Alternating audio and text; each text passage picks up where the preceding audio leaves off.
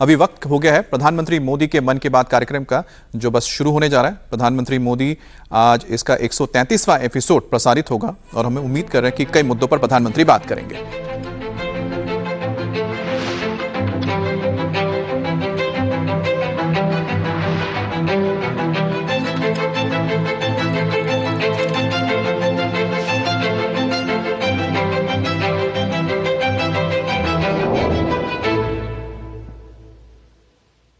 मेरे प्यारे देशवासियों, नमस्कार।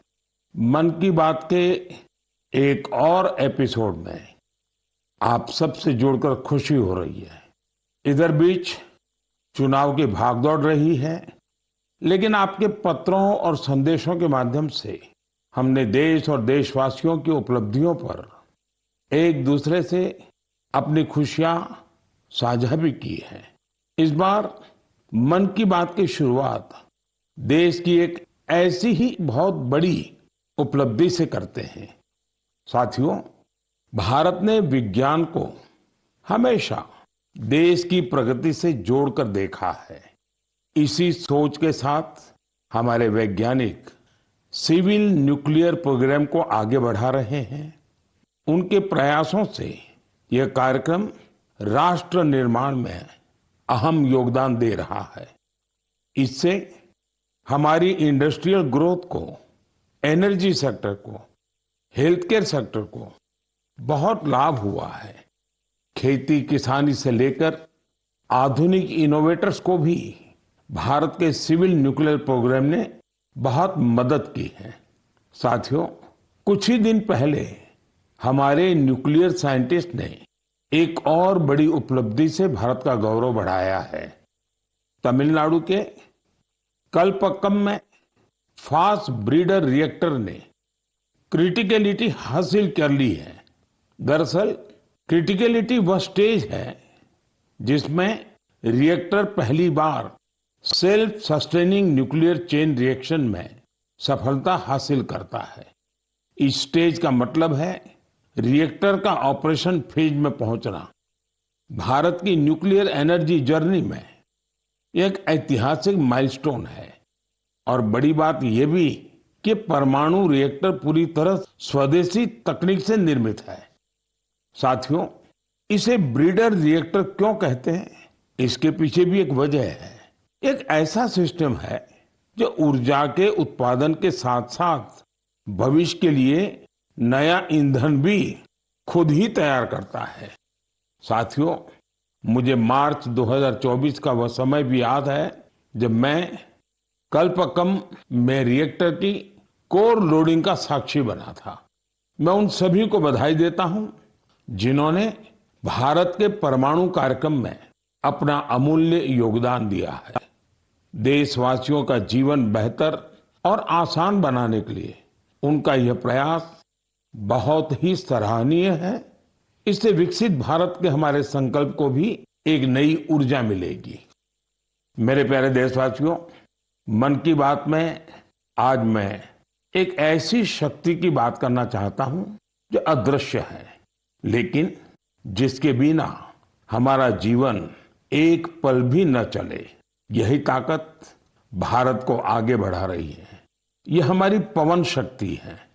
हमारे प्राचीन ग्रंथों में कहा गया है, वायुर्वा इति व्यष्टि वायुर्वै समष्टिः, अर्थात वायु सिर्फ एक तत्व नहीं है, यह जीवन की ऊर्जा है, यह समष्टि की शक्ति है।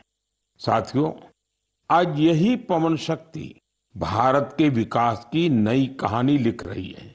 भारत ने हाल ही में पवन ऊर्जा यानी विंड एनर्जी में बड़ी उपलब्धि हासिल की है।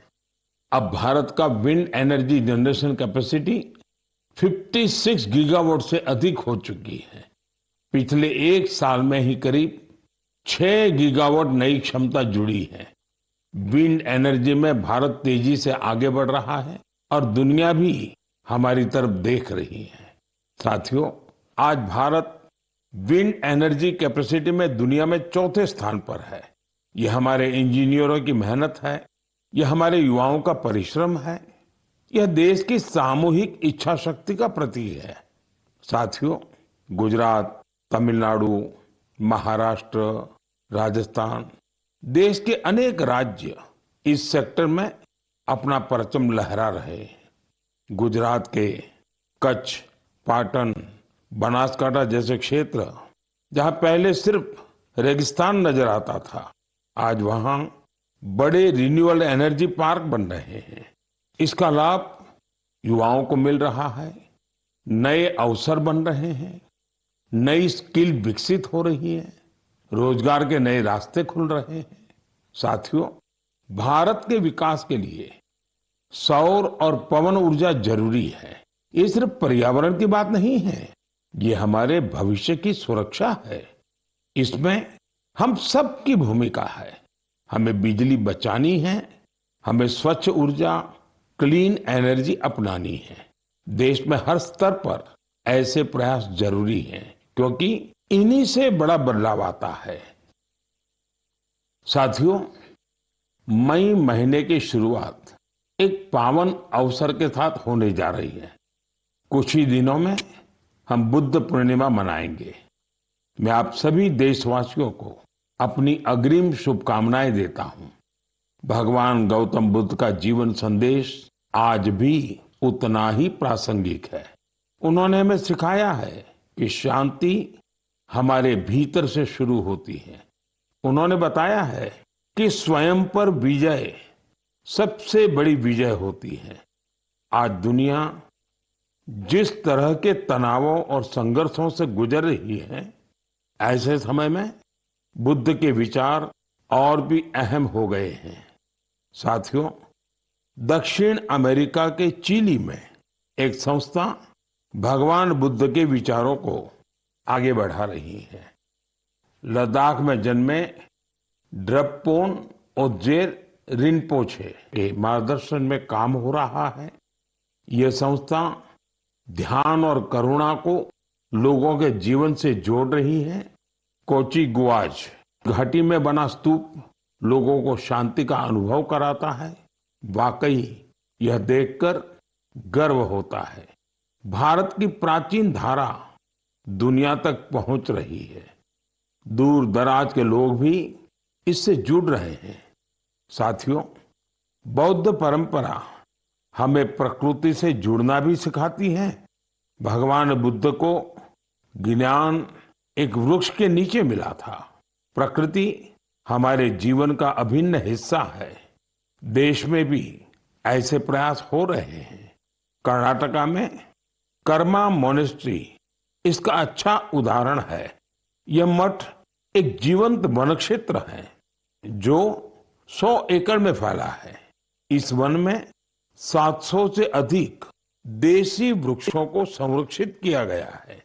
साथियों, बुद्ध का संदेश सिर्फ अतीत नहीं है, यह आज भी प्रासंगिक है और भविष्य के लिए भी जरूरी है।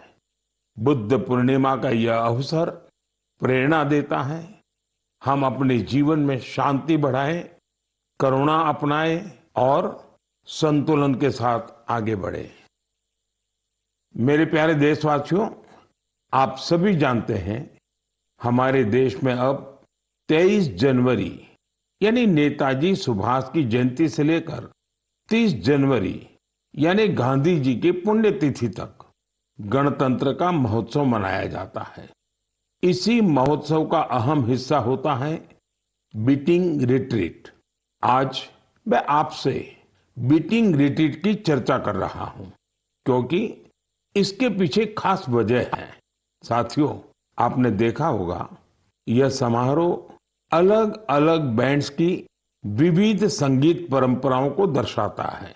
बीते कुछ सालों से इसमें भारतीय संगीत का समावेश बढ़ा है और ये देश के लोगों को भी बहुत पसंद आ रहा है। इस साल की बीटिंग रिट्रीट सेरेमनी भी बहुत यादगार रही थी।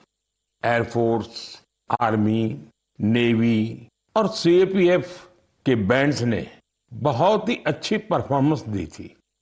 साथियों, शानदार म्यूजिक के साथ साथ जानदार फॉर्मेशंस का ये कार्यक्रम सबका ध्यान खींचता है। एयरफोर्स बैंड ने सिंदूर फॉर्मेशन बनाया, नेवल बैंड ने मत्स्य यंत्र फॉर्मेशन बनाया।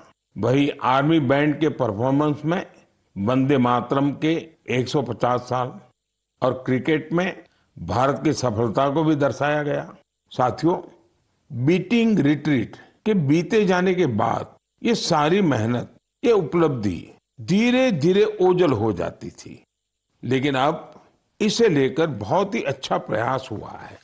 बीटिंग रिट्रीट का म्यूजिक पहली बार वेव्स ओटीटी पर भी उपलब्ध है। आने वाले समय में यह दूसरे प्लेटफॉर्म्स पर भी मौजूद होगा। आप इसे जरूर सुने। आपको अपनी आर्म्ड फोर्सेस और उनकी परंपराओं पर बहुत गर्व होगा। साथियों, पिछले कुछ वर्षों में देश के अलग अलग हिस्सों से प्रकृति के संरक्षण की प्रेरक कहानियां सामने आई हैं।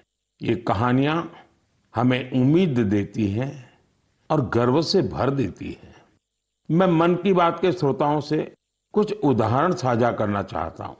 इनको सुनकर आपका मन प्रसन्न हो जाएगा। पहले बात कच्छ के रण की। बरसात खत्म होते ही यहाँ की धरती जीवंत हो जाती है। हर साल लाखों फ्लेमिंगो यहाँ आते हैं। पूरा इलाका गुलाबी रंग से रंग जाता है, इसलिए इसे फ्लेमिंगो सिटी कहा जाता है। ये पक्षी यहीं घोंसले बनाते हैं और अपने बच्चों को बड़ा करते हैं। कच्छ के लोग इन्हें लाखा जी के बाराती कहते हैं। अब लाखा जी के बाराती कच्छ में पर्यावरण संरक्षण के बड़े सुंदर प्रतीक बन गए हैं। साथियों, दूसरा किस्सा इंसान और वन्य जीवों के सहयोग का है और ये उत्तर प्रदेश से है। यहाँ के तराई इलाकों में फसल के समय हाथियों के झुंड गांवों की ओर आते हैं। इससे टकराव की आशंका बढ़ती है, लेकिन अब यूपी में भी गज मित्र जैसे प्रयास शुरू हुए हैं। गांव के लोग ही टीम बनाकर हाथियों पर नजर रखते हैं। वे समय रहते लोगों को सतर्क करते हैं। इससे टकराव कम हो रहा है और लोगों में भरोसा बढ़ रहा है।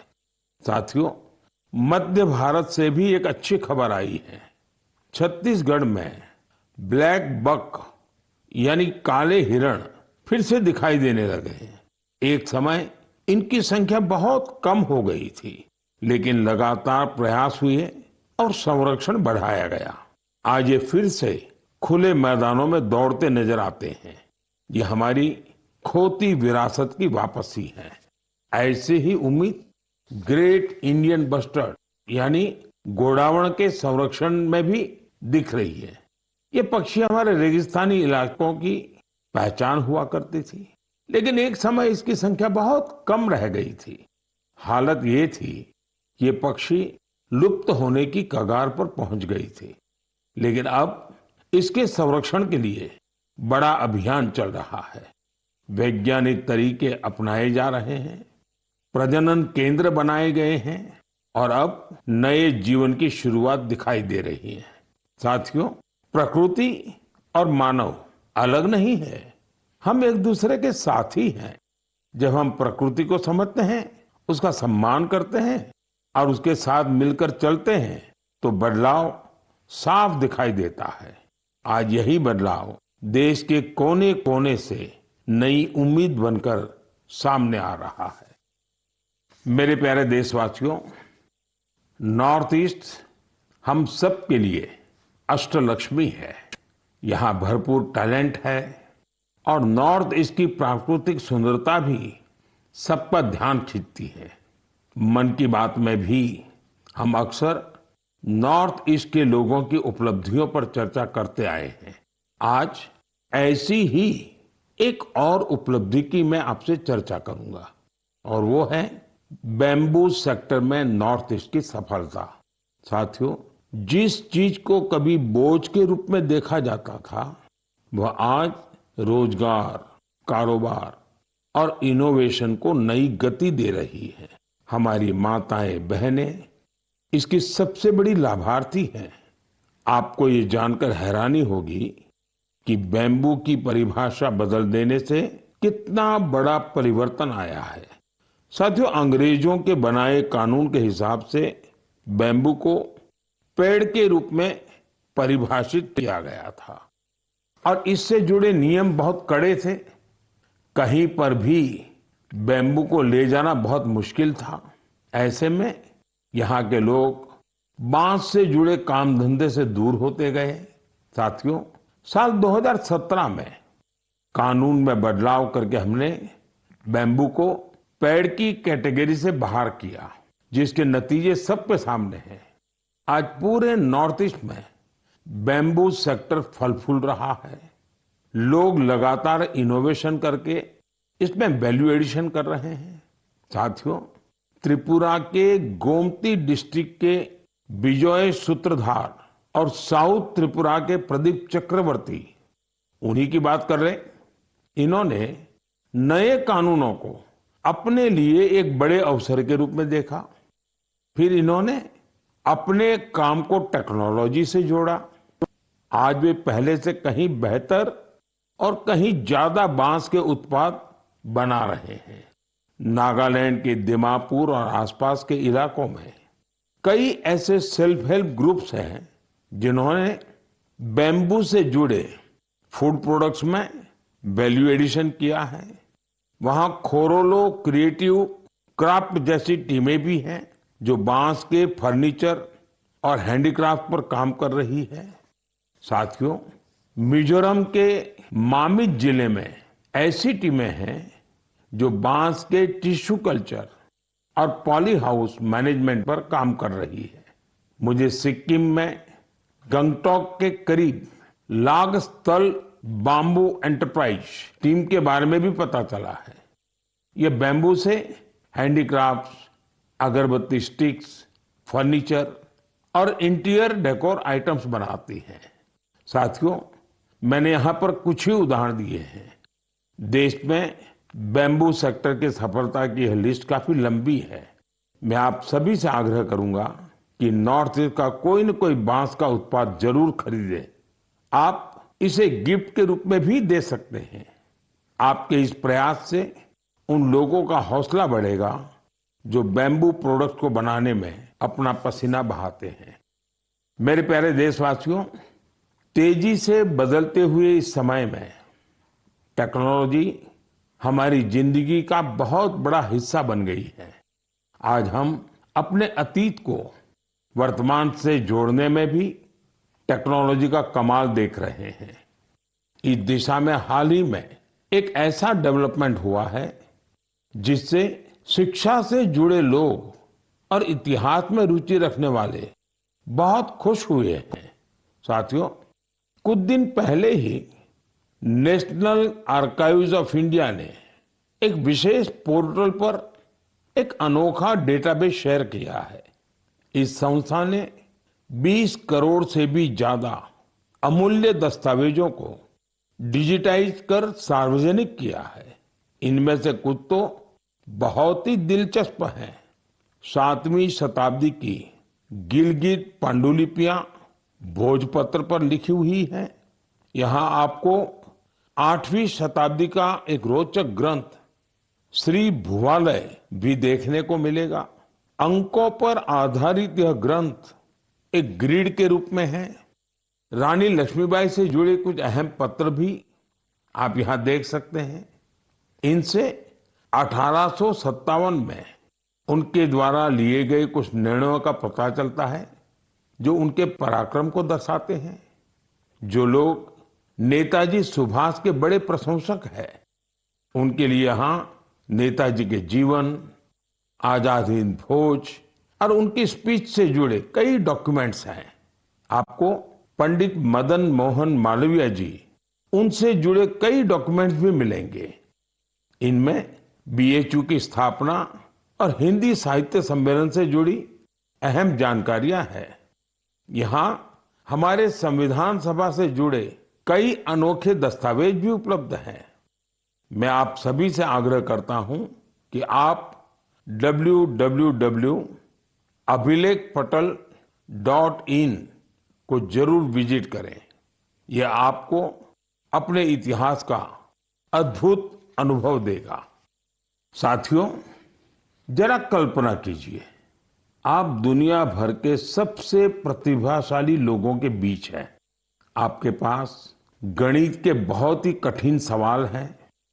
इन्हें सुलझाने के लिए समय है केवल 4.5 घंटे, यानी वक्त बहुत कम है और कंपटीशन इंटरनेशनल है, बहुत तगड़ा है। ऐसी स्थिति में नर्वस होना बहुत स्वाभाविक है, लेकिन इन्हीं परिस्थितियों में हमारी बेटियों ने कमाल कर दिया। इस महीने की शुरुआत में फ्रांस के बोर्डो में यूरोपियन गर्ल्स मैथमेटिकल ओलंपियाड का आयोजन हुआ था। मैथ्स में गहरी रुचि रखने वाली स्कूली छात्राओं के लिए यह एक बड़ी प्रतियोगिता थी। यह दुनिया के सबसे सम्मानित प्रतियोगिताओं में से एक है। इस ओलंपियाड में हमारी बेटियों ने अब तक का सबसे बेहतरीन प्रदर्शन किया। मुझे इस प्रतिभाशाली टीम पर बहुत गर्व है।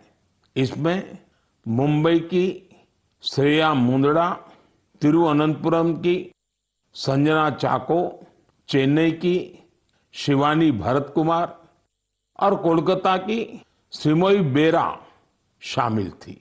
इसमें हमारी टीम विश्व में 6ठे स्थान पर रही। श्रेया ने गोल्ड मेडल जीतकर इतिहास रच दिया, संजना ने सिल्वर, तो शिवानी ने ब्रॉन्ज मेडल अपने नाम किया।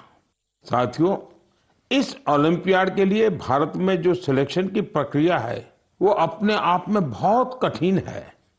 इसका एक मल्टी स्टेज सिलेक्शन प्रोसेस है। इसमें रीजनल, स्टेट और नेशनल लेवल पर कठिन चुनौतियों को पार करना होता है। इसके बाद सबसे बेहतर प्रदर्शन करने वाली छात्राएं 1 महीने के मैथमेटिक्स ट्रेनिंग कैंप में शामिल होती हैं। यह camp Tata institute of fundamental research के Homi Bhabha centre for science education में आयोजित होता है। इस कैंप के आखिर में टीम सिलेक्शन टेस्ट होता है। इसमें परफॉर्मेंस के आधार पर ही भारत की टीम चुनी जाती है। साथियों, हर वर्ष देश भर की करीब 6 लाख स्टूडेंट्स इस मैथमेटिकल ओलंपियाड प्रोग्राम में हिस्सा लेती हैं।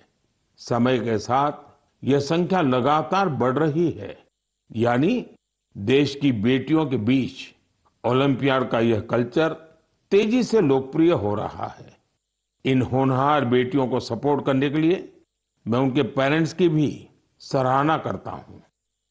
मेरे प्यारे देशवासियों, हमारे देश में इस समय एक बहुत अहम अभियान चल रहा है, जिसके बारे में हर भारतीय को जानकारी होनी जरूरी है।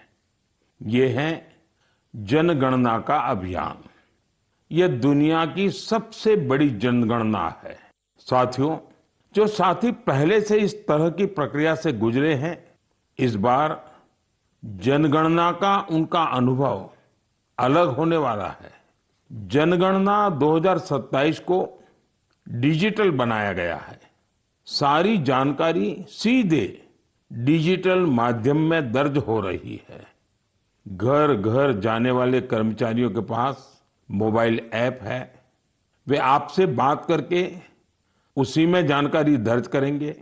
साथियों, इस बार जनगणना में आपकी भागीदारी भी आसान बनाई गई है।